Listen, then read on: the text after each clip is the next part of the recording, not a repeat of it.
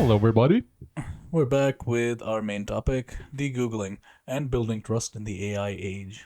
As we were preparing for the episode 30 part 2, we recommend listening to part 1 because in part 1, we also covered a lot about privacy in the digital age and some news from that. So go listen to that part first and then come back here. It's going to make a little bit more sense. Yeah. That's not necessary, but you're still going to get a bit more context into where we're coming from on this one because there were a lot of stories about privacy that are very relevant to the past 2-3 weeks.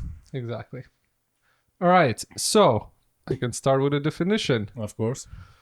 So, what does degoogling mean? So, degoogling refers to a deliberate process of reducing or entirely removing one's reliance on Google products, but not specifically. It can be just any type of digital services in the person's life. This movement is fundamentally driven by a desire to regain control over personal privacy, data, digital habits, often also opting for more private, maybe open source or independent alternatives that basically can involve actions ranging from switching email providers, search engines, and other, let's say, de-Googled Android phones, and avoiding popular services like Chrome, YouTube, Google Maps. But again, it's called degoogling, but it actually is related. It's like a let's Google that, let's search for that. The same way degoogling means let's get offline or use more open source. I personally use a messenger called Signal for like 3 years, and I've seen that or 2 years in the last year, in 2024, the most downloaded app in the Netherlands was Signal. Huh. Yeah, it's the most safe encryption one. Yeah, exactly. So and I donate as well there. So like I donate them every month, like a few euros, just because I use the app, and I'm fine with that. Yeah, my problem has always been I get dragged into apps and social media by other people who need me to be there. You know this. I hate using stuff. I know, but some things you should use because it's much easier. Well, I'm like, some people tell me, it's like, we should use Telegram. I'm like, oh my God, Telegram is like a spam mechanism for me because you can automate everything. But WhatsApp, not a lot of people are automating WhatsApp. But that's for a different topic. So degoogling, coming back. So basically, I will highlight a few trends so we kind of set the stage in what we're going to talk about. So the key trends when it comes to degoogling is kind of escalating privacy concerns in the world. So what is happening? People are basically saying, "Hey, I'm getting tracked a lot," and the privacy concern movement is the movement that is basically direct response to growing anxiety about extensive data collection practices across different companies, social media obviously, and Google obviously, and like even your car provider. If you have a modern car, it sends all the data every second you're driving to like Google Maps, for example. But I'm talking more about if you buy a Chevrolet sends all the driving data to them. It's like, oh, well, do you exceed the speed limit and stuff like that. Yep. So basically it's perceived as pervasive and often opaque. So consumers, they are increasingly aware of this, of how online activities are being tracked. Previously in the days, people didn't care, and I think now it's starting to become more obvious, with the AI being a buzzword nowadays, and them not making any efforts to distinguish between AI content and real human content as well, right? Because it benefits them. Yeah, it does, and that's why I feel that the younger population is being more educated about this, of like not sending out data for free. At least they're like, oh, you can have it, but I have to have something in return. Yep. So kind of this shift to AI data concerns, right? It's kind of significant and it's evolving, right? The motivation, particularly in like 2025 and 2024, it was all about AI, a kind of apprehension about how their personal data is being used and trained as training data, I mean, by basically all these artificial intelligence models, and individuals, they're questioning whether their data, such as Gmail content, for example, is contributing to the algorithm, and kind of they don't understand how it completely works, but you don't have to understand how it works if you want to use it or not want to use it, right? It's like, I don't know how a phone works, but I still use it. I don't know how software works, but I still gonna use it. I don't know how AI works, but I know it's stealing my data. Therefore, I'm not gonna use it maybe. Or kind of at least make a shift. I've seen a pretty cool guy on YouTube who's basically installed like a local model, but you need like a terabyte. Yeah. You need like 500 gigabytes for like a simple model to run, and you need a strong system. But you can do that with DeepSeek on just a standard Mac Mini. Here you go. So, like DeepSeek is so much more like refined in its processes, a lot more junk, a lot less junk. Yeah, there's so many. You can Hmm. download like 10 gigabyte as well models. It depends what you need it for, but basically you can build your own kind of system. Yeah, I So, mean, my argument has always been de-googling a little bit. I don't know where you stand on this one, because I de-google a little bit in the sense of just spreading it out, and obviously sometimes you're just like, oh, Google makes the best software products. You haven't tested them. There's some really good ones that are fairly efficient, and if you're talking about Google search nowadays, it's been going downhill for a while. yeah, I don't mind selling my data if I get something very useful in return. Yeah. It's when it gets a little bit more annoying. For example, one part that I have is called fatigue with targeted advertising, right? Yep. So users, they increasingly are tired of creepy, hyper personalized ads where they're pushing an ad on me with my face on it. The funny thing is, yeah, but the funny thing for me is my problem is slightly different with the ads. They're just too dominating, you know? Everything Google does is now ads, ads, ads. This giant carousel above for shopping these goods, then promoted posts being the top ones, and then like you're just like, man, I wouldn't mind if it was one of these, but now I have to put on an ad blocker just to. Oh no, I used the word. YouTube is gonna do this to us again. We're For gonna those get who don't, blocked and banned and shut down, and we'll get 0 views on this episode uh, because he used the word ad blog, yeah, we're in it now. commit. Anyway, I use a bespoke browser that has a blocker, so it helps keep Google under control. We're not recommending it. I'm just telling you what happens in my computer. uh, so the other thing is that I use DuckDuckGo instead right now. Mainly because, and I did tests back and forth, right? Mainly because I didn't find any big difference, any destroying difference, other than like maps is much weirder on it, you know? So for me, it was like, oh, I do search and I'm really good at like SEO keywords. So I find information much faster just because Google has all of this nonsense paid advertising that isn't relevant to when I'm looking for certain information. But when I'm looking for prices, I switch over to Google search. I'm like, okay, I just want to see which shop is selling X thing, so I'm going to use this for that. So, and that is kind of a problem under the Prabhagar Raghavan regime at Google. For those who don't know, he used to be the search director, and he used to be the marketing executive, ad executive, something like that. And he was an ad guy, and he switched over to search director. Mhm. So this sudden flow happened where the entire purpose of Google started splitting. You got it went from primarily being a search engine to now being the most commercial search engine. That's a very nice way of putting that. I didn't know. Yeah, there's some very interesting episodes about it if you listen to the podcast Better Offline. You can also check those out. Here I am plugging another podcast, but if anybody's interested, there's some very good episodes about what happened to search and the entire history and breakdown of it, and how there's a whole bunch of executives that keep shuffling from company to company because of being like ad people or McKinsey consultants. All of this has contributed, getting back to the point, to Google being a lot less usable. It's about money.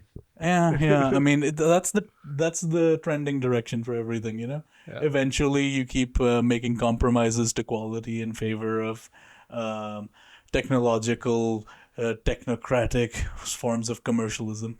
It is like for the search engines, indeed. Like I'll talk about it later as well, like how you can take actionable approaches. But I really want to come back to the part of like what causes this, like why there is a movement of de-googling, whatever, like de-influencing, de-whatever, like touch grass kind of stuff. Because Uh, again, people are just tired. Like we spoke. Yeah, but that's one of the things I wanted to talk about, which was like, where do you stand in like the level of de-googling that you do? Because mine is, I split my purposes, you know.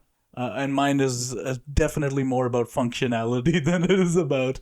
I think that I've been on the internet so long, they have all my data. They probably know my bathroom schedule at this point. I'm sorry to say, there were no controls when I was growing up, and especially where I grew up. Yeah, So they've got me to a T. They can probably predict the second I'll die at this point. I hope. And of what? Oh my God. But I agree with you that it's partial. It's impossible to de-Google. Like the main reason is I have a million devices at home. I have a smart home. I have one sensor from one company, another sensor from another company. The watch is connected to like internet. So for me, I have a VR set, man. This thing, listen yep, to our previous episode, we spoke about VR and VR and AR. AR. Yeah, so like you'll see how much information I'm ready to give up as long as I get something. But when it comes to messaging devices, I use Signal. When Hmm. it comes to registering on some websites I don't want to, I use Proton Mail. So I have some very picky things that I'm not ready to compromise or flag.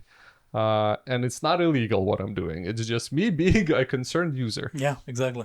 And for example, if I want to go to, I also have a lot of ad blockers in my system. I use a pie hole that basically monitors every traffic and I can blacklist everything. So sometimes I'm like, oh, what is this thing? And I block it and my robot vacuum cleaner doesn't work anymore. Then I block something and I don't see my solar panel energy anymore. So basically we're getting tracked in a very intense way. And of course, like this, uh like I'm okay with selling my data if I get something in return, but some things I'm not ready to compromise because I want to control my kind of digital control in a way and have autonomy. So, and that's also a trend where individuals like in the world, me including in those individuals, that I'm seeking to reduce the reliance of these like big tech. So I'm like, oh, this Yeah. small startup, this small company, which has its own like the downfalls of like not being secure and stuff like that, but big tech, because it's very pervasive. It controls everything you do. You say like they can probably know where you're gonna go to the bathroom. So degoogling is seen as a way to kind of reclaim the agency and align like your digital life with principles of consent, transparency, and digital ethics. So like, how can I control it? How can I control the number of ads I'm seeing? Like, I don't have any YouTube ads. I don't have any Google ads. I don't have any Meta ads. Everything is blocked unless I need it, and I go in and I turn it on in my Pi hole. I turn off my VPN, I turn off my blocking systems, I turn off my amazing software thingy that we cannot say on this channel that what Roval did. Uh, One of the blockers, and basically, and then I'm okay. So I need the ads working in marketing, but I also want to control when I see it. Yeah, I mean, I'm fine with ads in general. Like I said earlier, I just switch over to Google when I need to enter a commercial keyword. And but my problem with Google's functionality has become, and you need to understand, I have zero concern for my privacy anymore. Sadly, I'm just a defeated person in that regard. Give up. Yeah, yeah.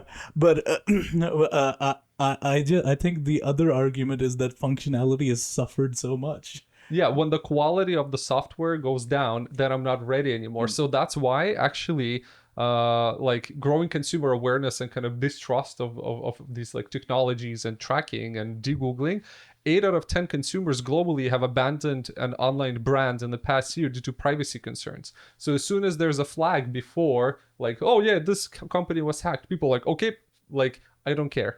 Now this company was hacked, like I'm gonna flee and find an alternative.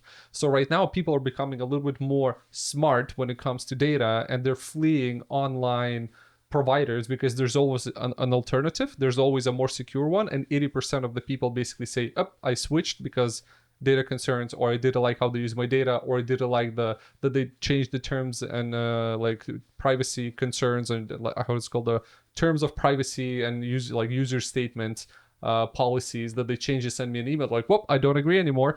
Or what was it, 23andMe, oh sorry, we went bankrupt, you We're know what, selling now all we're your selling your data. data, sorry, you cannot do anything about it, bye. Like, great, right? So like those are the things that Mm. that people are starting to pay attention, and I feel it's because the younger generation is more tech savvy and they understand that they don't want to give up something for nothing, which is the older generation. They're like, I don't know what are internets, and then they basically just give away everything they have. They don't care. Yeah, they just treat it like a newspaper that they bought. Yeah, exactly. But I feel that this is not a conversation, like you cannot de-Google, you cannot run away. So everyone who's thinking that, oh yeah, I can just like go offline, no, like I'm the most paranoid person when it comes to that. And I thought about it and I'm like, there's no way. Like I can't. Can you pay for your house, for your electricity, for your anything without online? No.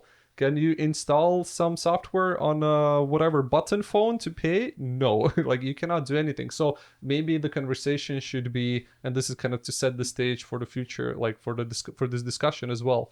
It's not about all or nothing. It's more about not all or nothing, right, approach. So while kind of complete degoogling setup is possible, but it's not easy. Yeah. That's what you also mentioned, that hey, it's not that easy. It requires a lot of technical knowledge. However, Practically impossible. so yeah, I mean, technically possible, practically impossible. So however, You'll have to live in the woods or something. yeah, you have to really like touch grass and go offline. But this trend, like I think it's a good direction, but we have to think about is not all or nothing. It's more like not all or nothing, where we can make kind of a real difference by switching a browser, or we'll talk about practical applications of that as well. Yeah.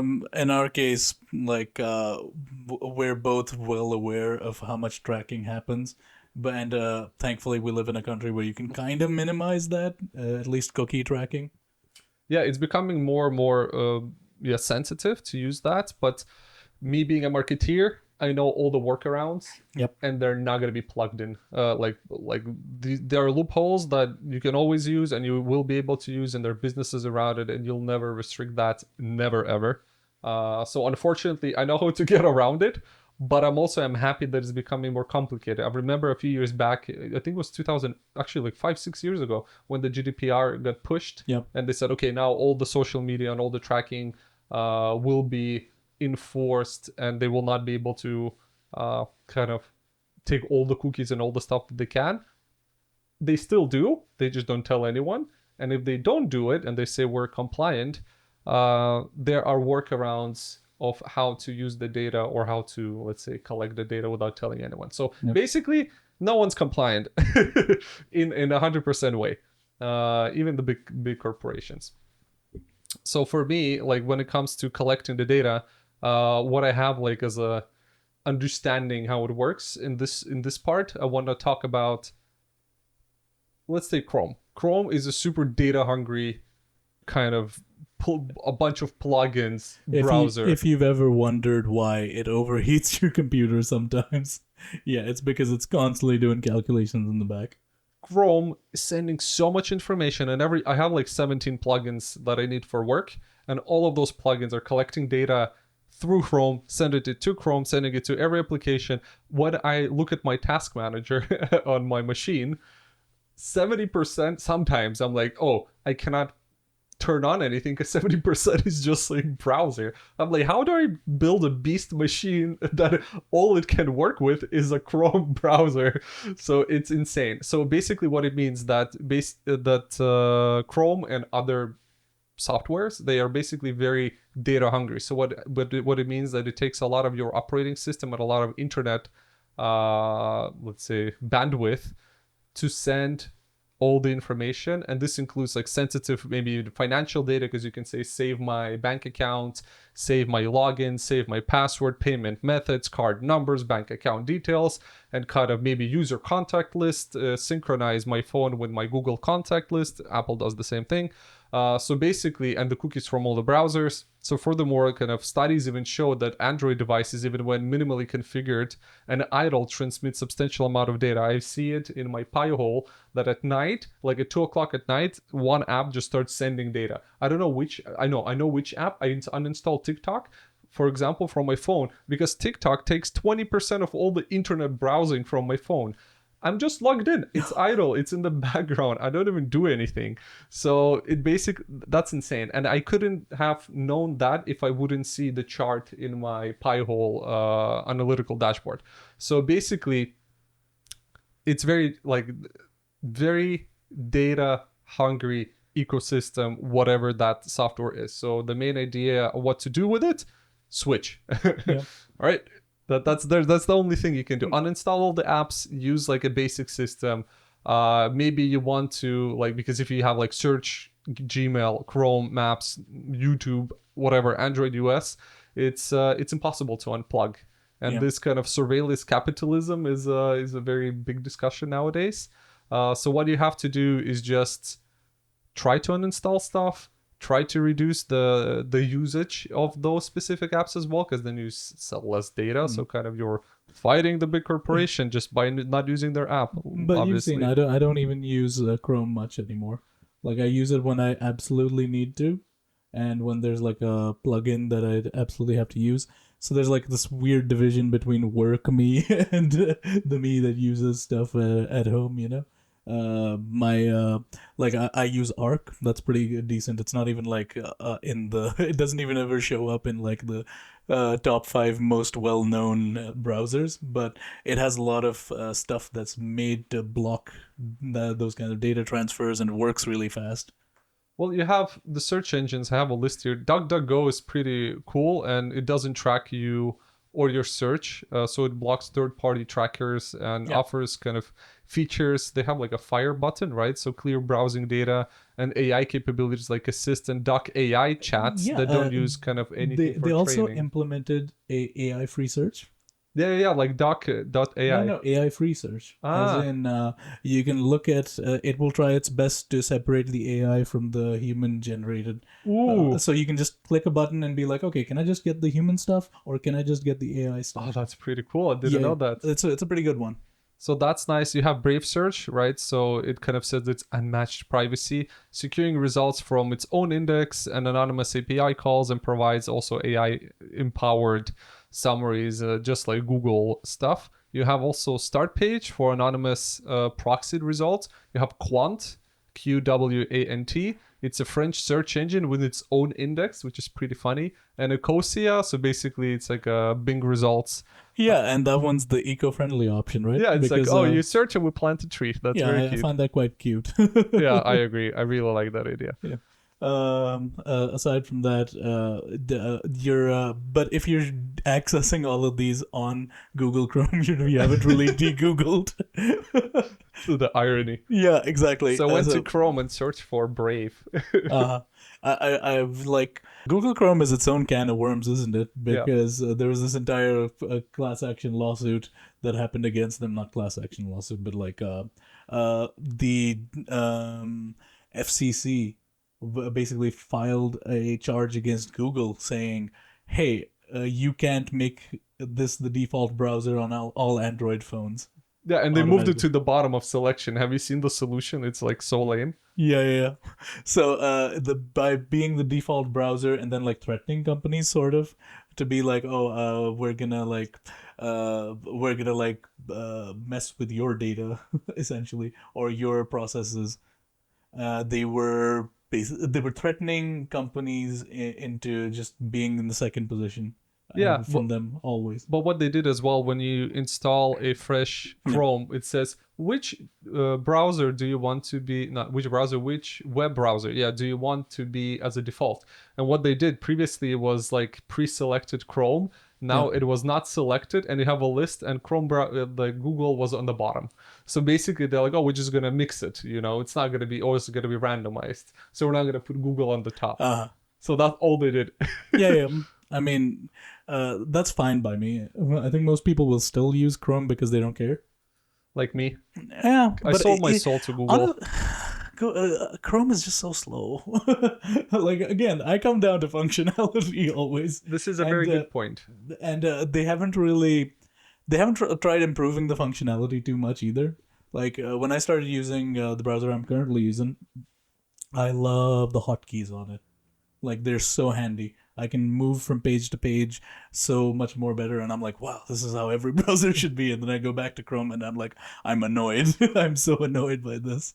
But the thing is, like, you can choose also for speed. So talking about degoogling your web browser, you have Brave browser, which basically focuses on ad blocking and privacy. It's kind of, you use Chromium. Chromium is like a light version of Chrome, but like completely open source. Yeah.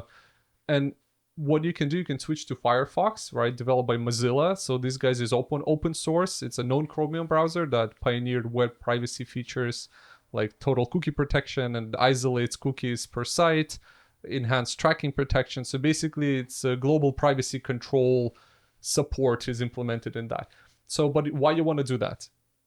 Not if you say, okay, I don't like Google, I'm going to switch. Or you can do that because you're like, my computer is slow and my internet is slow. And if you use Chrome, you can like, I can vouch that 20 to 30% of just all your PC, like machine power and your internet is going to be just used by Chrome.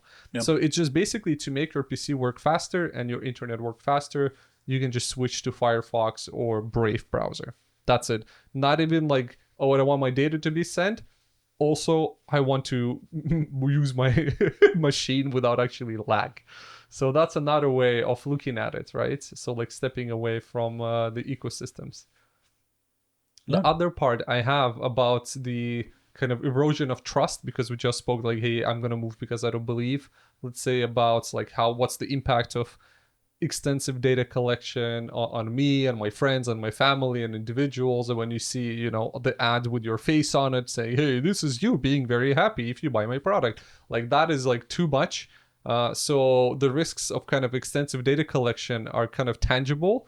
Already in 2024 alone, there were around 3.1 like thousand US data compromises by cyber criminal groups claiming that they have stolen personal data from 500 million, for example, from Ticketmaster when it was hacked, and all the customers' private information, credit card numbers were kind of leaked on the darknet. Consumer awareness of these kind of issues is high, so 68% of consumers globally are concerned about their online privacy, which is a few years back it was not that.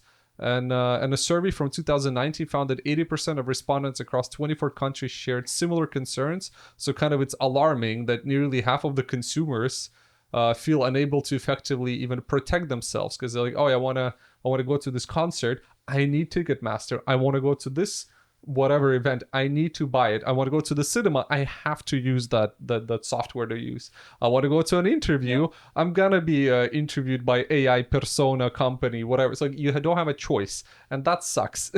So having a choice and having an open source choice of a service is great. But if companies don't implement that, you're forced into kind of selling your information. And now as people are becoming more aware and even more paranoid and concerned about it, people starting to move again away from this predatory and harmful, how they say, let's say targeted advertising by restricting their ads or not logging into specific software, using a browser version maybe, because they're afraid of surveillance. They don't want their information to be leaked. They use fake emails, or let's say emails on like on Proton Mail or something for spam. If they need like, hey, download this white paper, right, for something, or download this tutorial, download this course, register here. You're like, oh, I'm just going to create one of the emails that is going to be completely irrelevant, not connected to me. Maybe through a VPN, maybe through an incognito browser, which is actually proven that still tracks you. Yeah. But basically it will create at least a little bit of an illusion that it's going to be much more difficult to track you. Let's put it this way. So that's very interesting because it's about extensive data collection on like specific individuals that is concerning, and that you are being compromised even on the services you should trust, and you have no way out. What if you have like 2 payment systems in the whole country that are monopolized and they get hacked every year religiously? Yeah. What do you do? Like you have no way. You have no way of moving that. You had a situation where you had to get some documents and it's only one app. Yeah, but I mean, my situation was that the app was designed by Pakistanis. Imagine when your whole payment system on the governmental level is designed like that. You have no choice. So what if you get hacked and you have no choice? Yeah, anyway. So this is why kind of this erosion of trust is starting to grow in, let's say, in society. And I think it's healthy paranoia, but you have to understand you cannot completely go away from tracking. It's very difficult. I think I take measures. All my devices are connected to a secure limiting pie hole almost, but it's just insane. Like it's very difficult to touch grass and to Google yourself. Yeah. I mean, where we run into a few problems, there's like Alex is talking a lot about ID and all of that, and I'm talking about a functionality constantly. That shows our level of concern and where we come at this, you know. You're like, I want this I want this software, and I say, I I- don't want my data to be If sold. I'm going to be spied on, I want them to be good at it. You're like, you just disagree with low effort. I mean, I disagree with If Lowe, you're a right? spy, be good at it. Yeah, give me something in return that I can't refuse. I'm out here refusing it. If you're hacking me, hack me like completely. Take all my data, just a part of it. Make me a deal I can't refuse. Yeah, You know? Don't half-ass it. Yeah. Oh Anyway. my god. So again, we haven't even covered AI overview. You know, I think at this point Google has the worst AI. We're excluding Grok in this, but Mhm. Google has kind of the worst AI because all I see about like the Google AI overview is people bashing it. Yeah, it takes away a lot of space, but it also, well, it's not about privacy even. It's more about it might it basically overloads you. What if it takes all my data, it knows what I want, what I don't want, and then basically my Chrome Gemini is gonna show me very personalized information and not like the, let's say, third party view or kind of unbiased information. Yeah. What is gonna use my personal data to transform the AI overview in a way that is going to be hyper personalized, just like people, again, Very sort of sycophantic to your needs. hyper personalization, because that's why people like are stepping away from all the big social media and kind of browsers and emails, because like, oh, they know too much. But then this knowing too much is going to become so hyper personalized. I'm going to use that a lot because it can become creepy. So it can be okay, but it can become creepy. Yeah, like for example, people were saying, "Oh, I use it for therapy," and I'm like, "That's not what a therapist is for. What you want is a friend who kisses your ass." So here's AI therapy. Here's AI therapy, and the AI is basically like, "Oh no, it was all your ex's fault, bro." That's what you need to hear. You know, you need to improve yourself, man. If you just want a friend, go look for those. It's like I've seen somewhere there was a guy who he's like filming himself. It's like, everything happened in your life, every decision you ever made led you to this situation that made you unhappy and depressed and fat and ugly and stressed, and it's all your fault. That's what a therapist is for. Right. Yes. No. do not take our opinions about And it's all your fault. Please. Your decisions led you to this situation. Own it. And that was one of the things that, like, when OpenAI made them change the model and became too agreeable, Yeah. people were suddenly like, oh, "This is like it's being stupidly agreeable," and then they tweaked it again, and then it was too disagreeable. And if you apply that logic to Google's AIs, what is it or is it not showing you, right? Yeah. Based on who it thinks you are. And again, this is based on who it thinks you are. If you've ever gotten weird Google ads that you're like, "Ugh, why would I ever?" Now imagine getting data that you don't even know why it thinks you fit into this target group that would like this. Yeah, exactly. And what if you start believing that all the information from all the sources that was fed to an AI, and then you start thinking of like, oh, it knows better who I am than I think I know who I am, therefore I'm gonna believe it. So that's where we spoke about critical thinking in a few episodes ago, that you have to have critical thinking to not trust what you're seeing. But now with having so much information about you, you might question your own decisions and beliefs, because AI technically should know better what you want and need, and that AI overview might feed you with the information that might not be for you, but you will perceive it as if it is for you, and that's what you need, and that's terrible. Right. So since we were talking about AI overview, I wanted to make a business side argument for degoogling. Tell me. So recently, a bunch of bloggers and website publishers and French newspaper publishers, they all won an early court battle against Google. Ooh. Yeah. And Google had to negotiate fair compensation with them. Wow, that means they're really like, oh no, we screwed up. Yeah, so basically, the idea is that the AI overview was robbing them of revenue, and they calculated how much and sent the bill to Google, basically. Wow, that's very ballsy, very French. Yeah, yeah. I mean, they will protest over nothing. I Yeah. love them.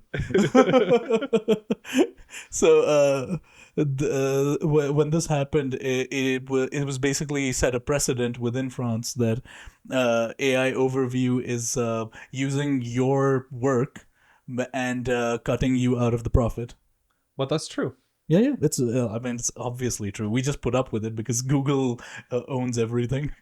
That's so true. Like, it's very interesting. I've seen as well. Was it you who sent me an article from 404 Media, a guy who basically ranked his unexistent diseases Oh yeah, yeah, yeah. just like to troll, and people thought it's actually true. So for everyone who did not read that article, which is the majority, the article was about how a guy who's an artist, his hobby, I guess, is to create fake diseases for his he like. he was sort of like creating fictional worlds and fictional biologies.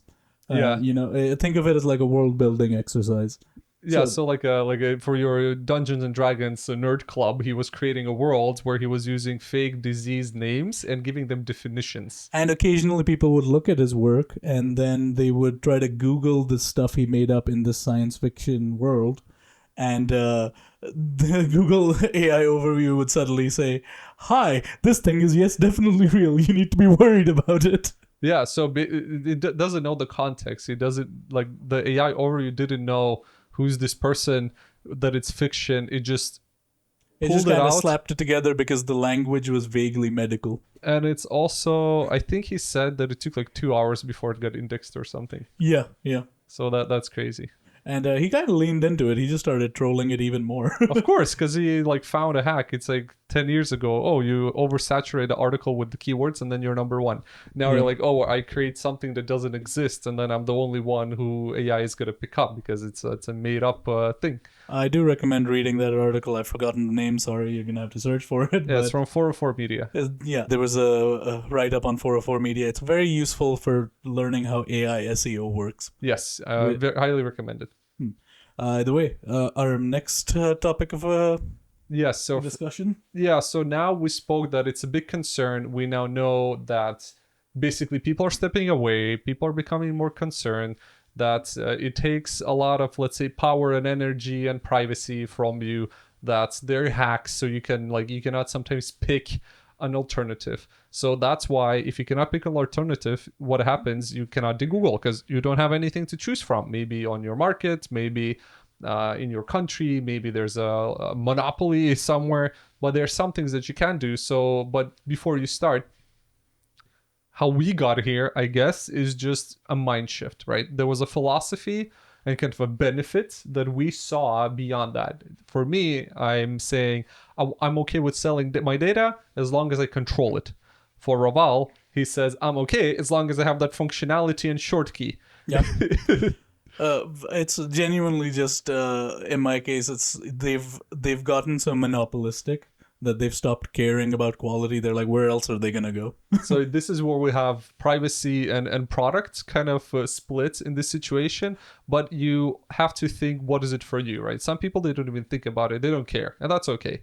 However, like, you have to think, what's the philosophy and benefit of me de-Googling as a person? So the benefits, they kind of reducing, let's say, reliance on big social media or search engines or emails. It's not theoretical, right? So for instance, switching from your official YouTube app, you can use an open source client, like it's called NewPipe, and you can dramatically improve your battery life on your phone, your performance. You can basically, with some user reporting, even almost half of the battery consumption was reduced, right? So for an hour-long video, due to the removal of excessive tracking and telemetry and stuff like that. So basically, you're saving power, you're saving your battery, you're saving your performance, your phone is going to live longer just by using an app if you use like even an hour a day. So, right, so basically embrace, this is one of the examples, why do you want to de-Google? A path of kind of regaining control of your autonomy. That's for me. For me, it's privacy, personal data, kind of digital habits, and controlling what I'm doing. But beyond privacy, it can be something that what Raval said, right? Saying, hey, I'm get distracted by this useless functionality. I don't have this short key. I don't like that basically fully degoogling my setup. I actually don't lose anything. And you acknowledge that maybe it's not easy, but requires some technical knowledge or how to install that app. But then you at least have the buttons you need. You have the short keys you need. And diving in again as sort of SEO people, both of us, we've seen so many keywords get turned from informational ones into commercial words. So it's suddenly all of Google starts trying to recommend you products where you're just looking for a bit of information about a company or something. And that problem is not present on a lot of search engines that are more search oriented. That's true. That's a very good point as well. So, for example, if you have the privacy-focused search engines or like web browsers, it can make a really big difference, as you mentioned. Say, hey, filter out all the potentially AI content. If I am searching for information and I get products, I get upset and pissed, and I cannot really like work with that. Yeah, and then you have to write like about page or something next to it just to get the company's web page to show up. Yeah, so you have to improve your queries to like, but also not everyone knows how to Google sometimes, right? But that's okay. This is mildly off topic, but that's one of the reasons AI is getting so popular, because people lost the ability to learn how to Google. So they're like, I can ask it a question and it'll actually answer. Oh my god, I'm so impressed. I've seen that used to be Google. I've seen a guy. He was searching. He's like, "This is how I search now," and it shows like a search bar in Google, and it says benefits of running shoes, and it's like minus Nike, minus Adidas, minus Zalando, minus something. So he's like minus all. He's like, I just want to get the information why running shoes are like more beneficial than hiking shoes, for example. He's like, but I get only products. Like 4 pages is just me like, and it's only like sales. It's somebody's organic marketing or somebody's sales or a write up from a publication that is essentially trying to sell you stuff through the back end. Yeah, that's not even like pure sales. It's just kind of affiliate marketing sometimes. So, but this is the weird part. Like, we're talking about Google, but it's like I'm degoogling. I go on Google to search for something, and I have to think about everything I don't want. But like, how do I know what I don't want if I don't know what I want? Like, I want to know more about a thing, but then I have to exclude already like commercial stuff from get-go to get my thing, and I cannot filter it. There's no way. And then AI spits out some garbage of like, Nike has the best running shoes. You're like, oh my god. But that's gonna eventually happen to AI as well. Because people are like, oh, AI is the solution for this, and I'm like, they've already been talking about implementing advertised content into AI. Yeah. And when that happens, they're suddenly incentivized to push the same sort of Nike pages and Adidas pages to the top. So I think this problem goes deeper than whether it's AI or search engines. The problem is, as usual, a bunch of ad people thinking, oh, hey, this thing makes money, therefore we should push the limit on it. And there's no, since it's a monopoly, there's nobody to push back. That's true. Well, I'm starting to kind of feel a little bit guilty as well, because there is I have to, like, if you give me a hammer, I'll figure out what to do with it, right? Yeah. So if me as a marketeer, you give me the tools, I will use them as they are designed. And the sucky part is that it works. But again, you have to have a philosophy for it. So if I would have to sell something that is not beneficial, I see that it's not a good enough trade-off. And you and I have been doing SEO for upwards of a decade at this point. Yeah. Right? So we both kind of go like, we're very selective, but some people are roughshod.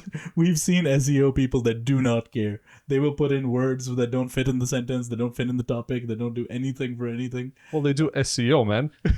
Yeah, I mean, it's optimized for the search engine, but it's not optimized for the reader. That's true. It's one of the reasons AI is eating Google's lunch when it comes to informational queries.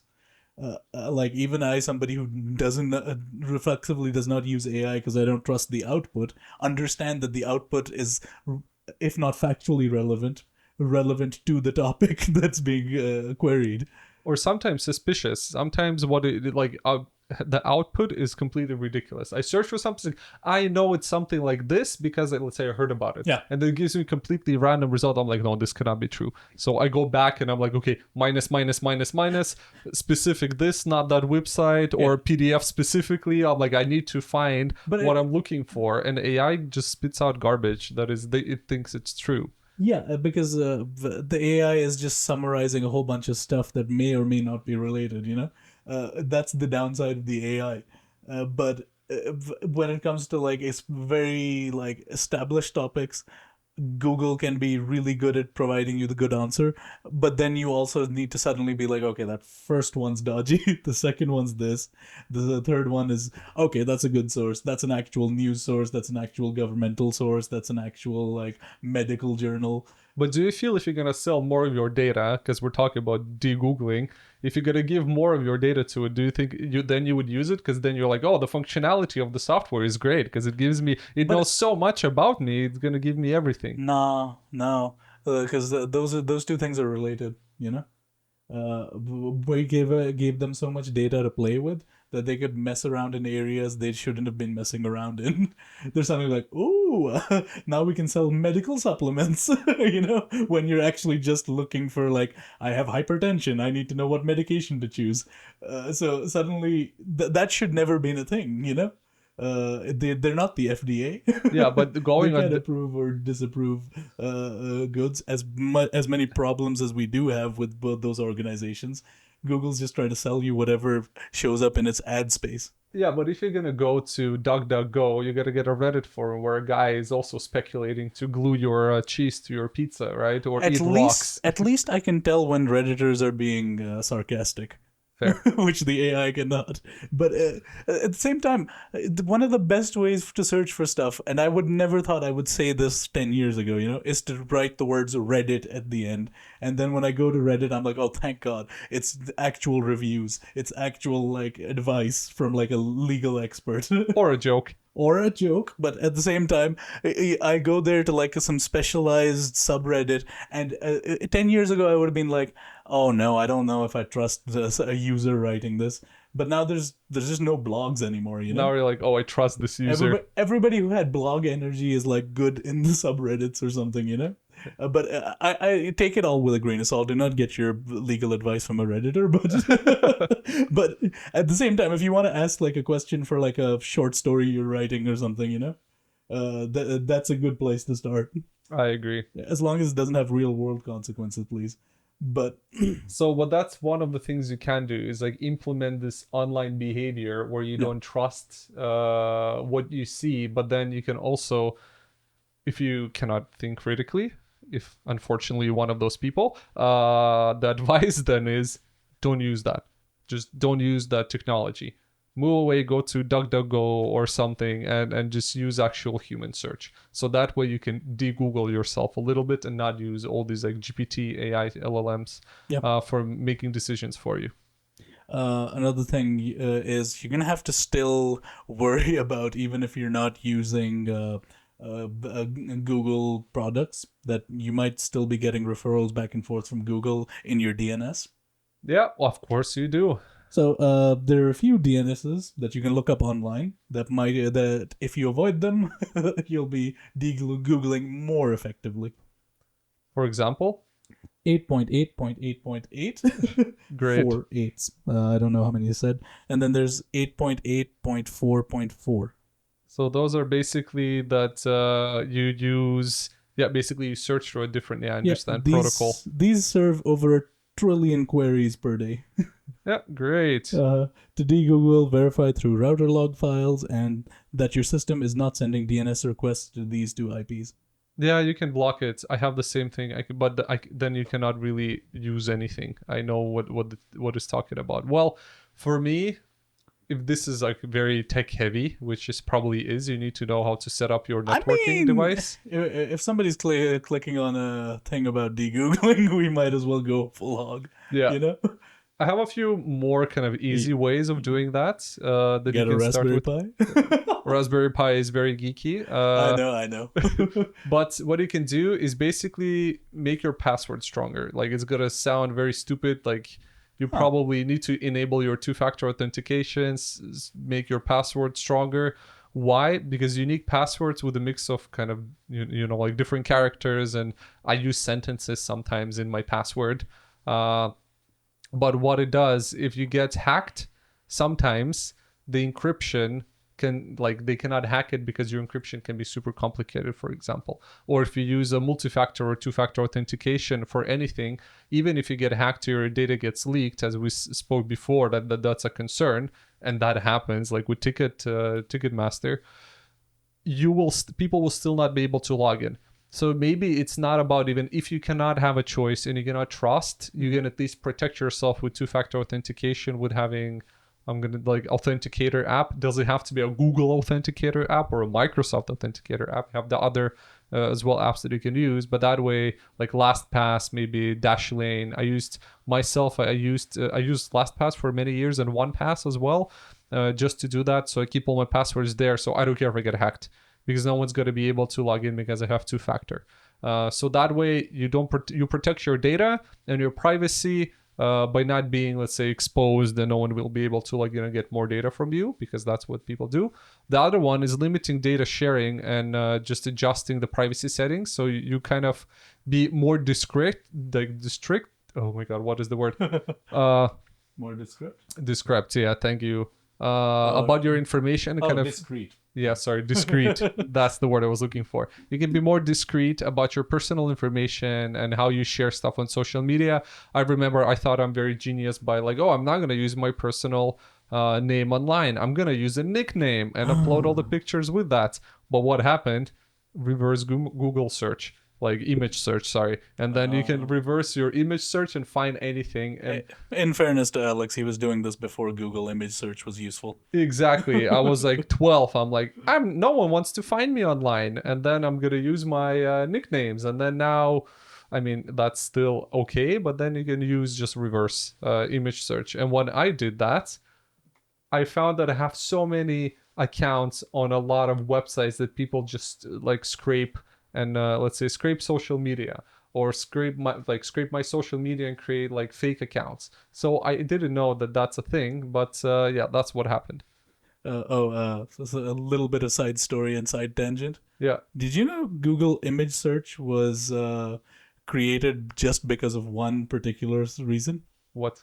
The people wanted to look up Jennifer Lopez's dress at some event. They wanted to find out exactly what this did. So there were so many queries for these images, Google created the image search option. Really? Yeah. The not the reverse image search, the Google Images option. So this entire event led to it. So this was Google being paparazzi towards somebody and just deciding, okay, now we have an images column. Well, that's pretty cool. Mm-hmm. Well, but coming back to the no one's gonna find me if I don't use my real name, but that's also one of the ways you create a fake email account. There's even a website, it's called realfakeemails.com or something like that. So I use that if I need to download something, and I'm just copy paste an email in there, and from that receive hey, now you can download something, and I do. But yeah, basically two-factor authentication, limit your use case, right? So you can, in Android, you can basically go to your permissions manager, the same as with the iPhone privacy and security settings, and kind of deny requests of irrelevant functionality, or uninstalled unused applications. Yeah. I uninstalled TikTok because I saw that at 2:00 at night, it just burst sending data for no reason at all. I'm okay, this is weird. I'd use it once a week maybe. I don't need this. Making the argument for doing the Raspberry Pi that blocks all of the outgoing data. Sometimes you don't know. There were people who had a Wi-Fi connected washing machine. That's insane, and man. It would for some reason send out a bulk of data in the middle of the night, and they're just what? How? Yeah. Why?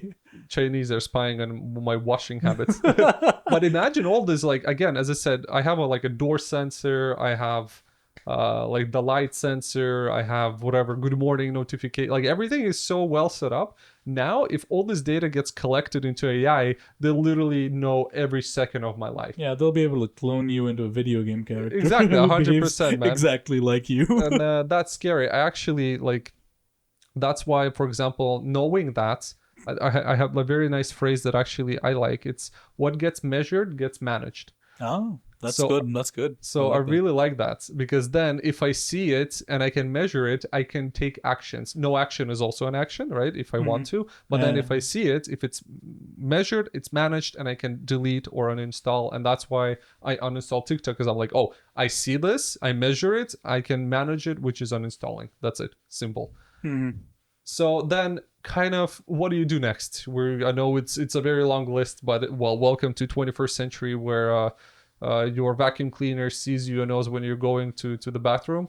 So exercising caution in general, like even public Wi-Fi areas, because you're like, oh, I'm just gonna connect to this Wi-Fi, but you don't know if your home Wi-Fi, which is your private Wi-Fi, and Yeah. then you have your open library Wi-Fi, they have no security protocols. Everyone can enter it. They'll say, yeah, we're gonna do it, we're gonna connect. No, like that stuff is crazy. Some people also say, oh, you can use a VPN. It actually is complete crap. Like actually VPN is just one piece of data that tells you, oh, this guy is in the Hague library, but actually he's in Pakistan. You're like, what? So basically it's impossible.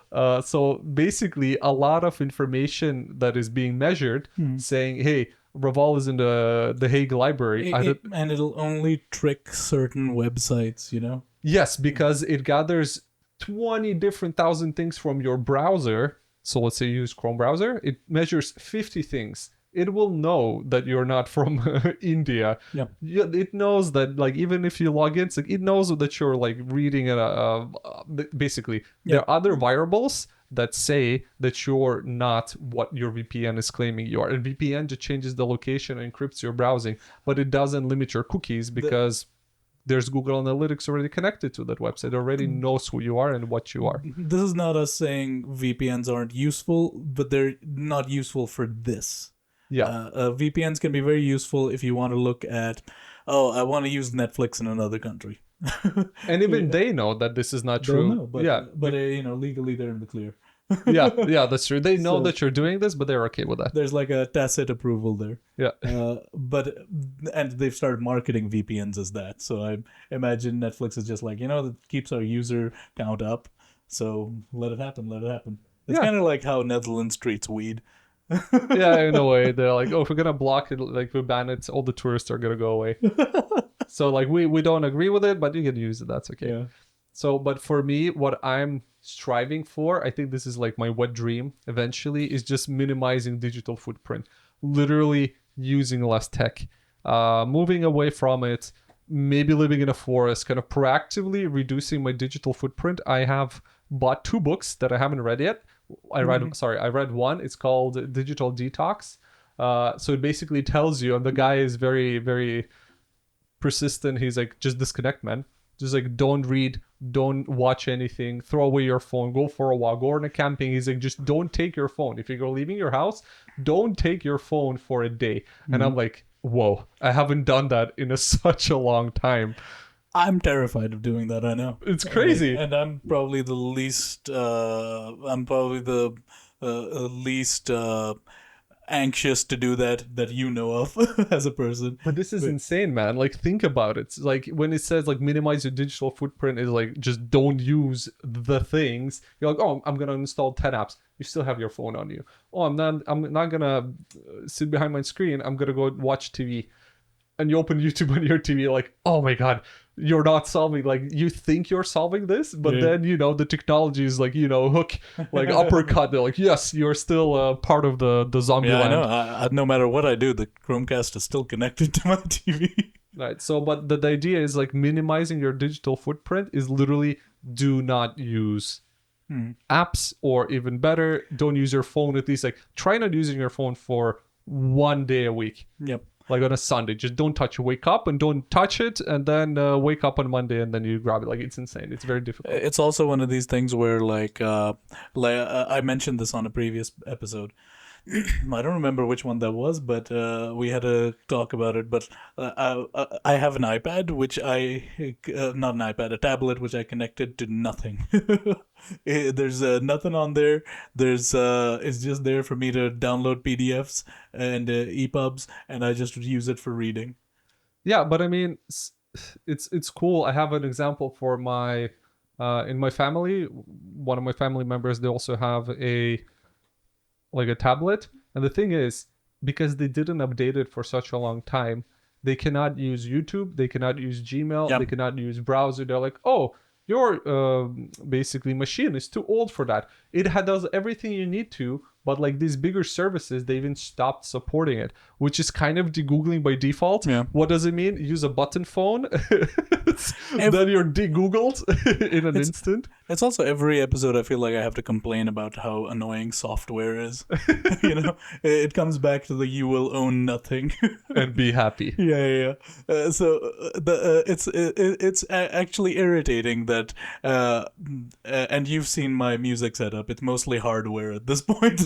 It's like little pieces of hardware that do what Yes. other people usually do with software because I'm so annoyed by anybody updating stuff. I also really like the hardware, but this is a problem with software all the time. Like you used to be able to pay for Photoshop, and then they were like, oh, well, we'll start upgrading it every year, and then they have to buy a new CD. And now it's just not even that. It's just a subscription service. Yeah. There's the talk about you will own nothing and be happy. It's all about subscriptions, maybe not degoogling, but then if you're also limiting and going away from 5 subscription services into one that is, let's say, anonymous. I use on my TV, it's a software called Lampa.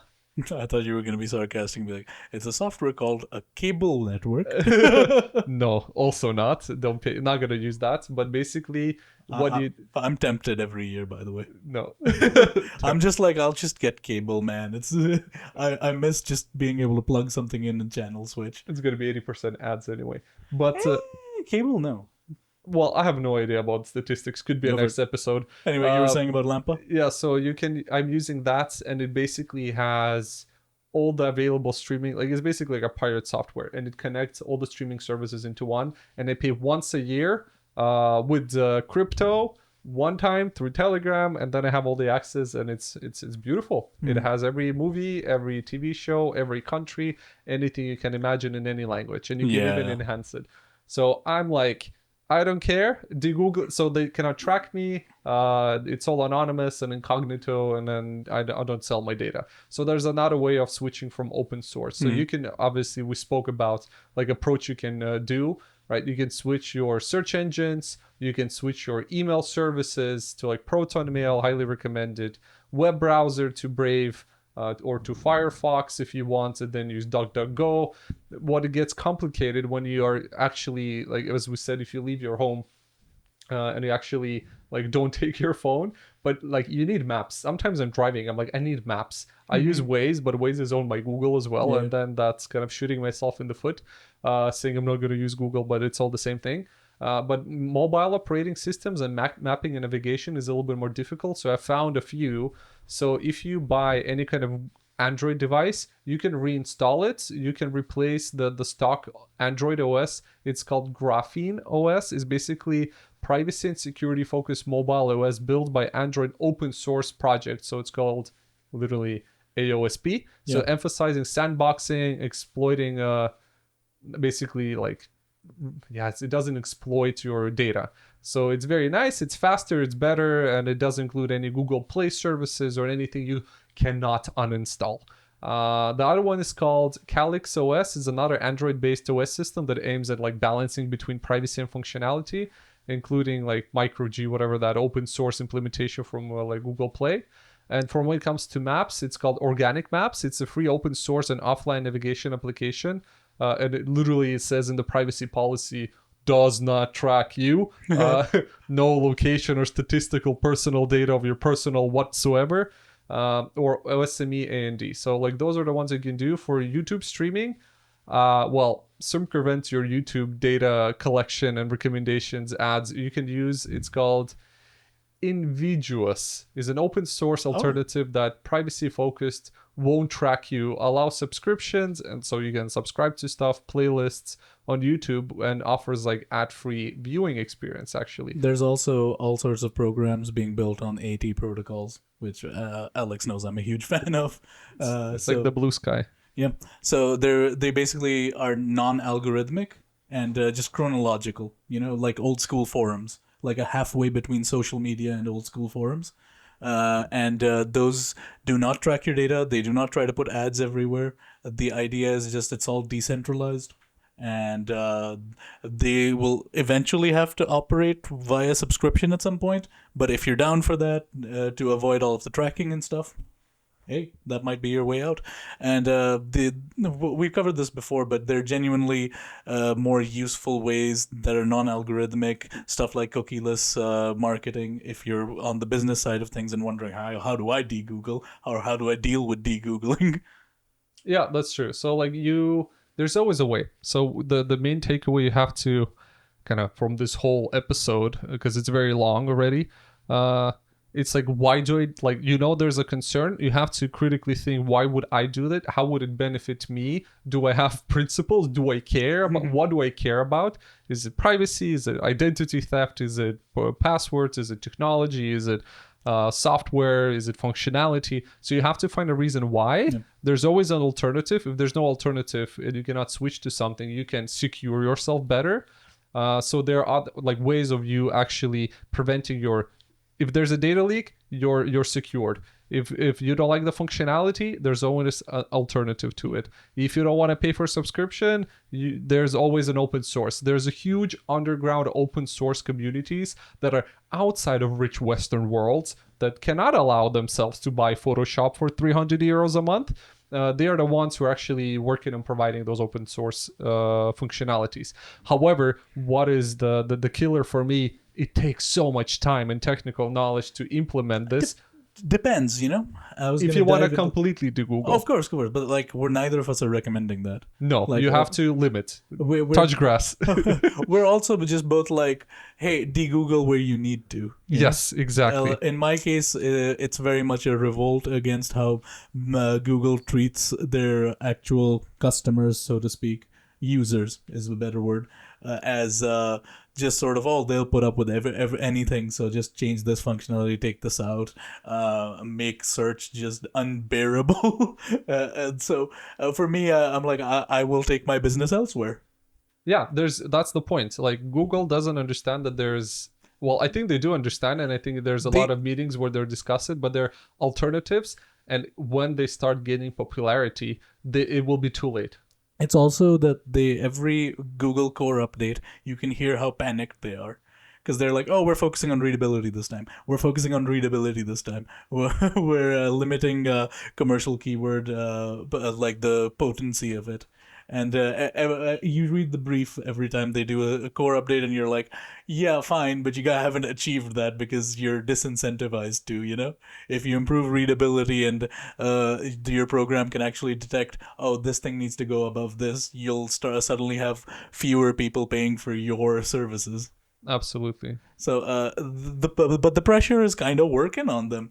They're not infallible. Look how scared they got when AI came around. Yeah. So the 10% of searches dropped. Yeah, and I'm not even an AI booster. Far from it. I'm still skeptical the business model will work out. But the fact that it, like I said, it ate their lunch and bullied them and swirlied them and said, hey, this is how bad informational search has gotten. And to a point where people are like, oh man, I only use AI. Some people are like that, Guys, please turn on your critical thinking. Yeah.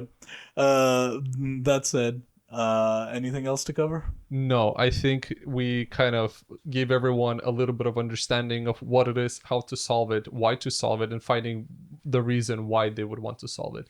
So thank you everyone for listening. Please follow, like, and tell us what you think. I think that's the most important thing. In honor of de-Googling, we're going to be posting this on YouTube. Yes. So if you found it, use the master's tools against him. You can install that one thing that shows no ads, but you don't have to actually, because we don't use any ads. Ta-da! Anyway, thank you very much for listening. And this was episode 30 about de-Googling. And if you haven't listened to the part 1, please do. And talk to you later. Peace.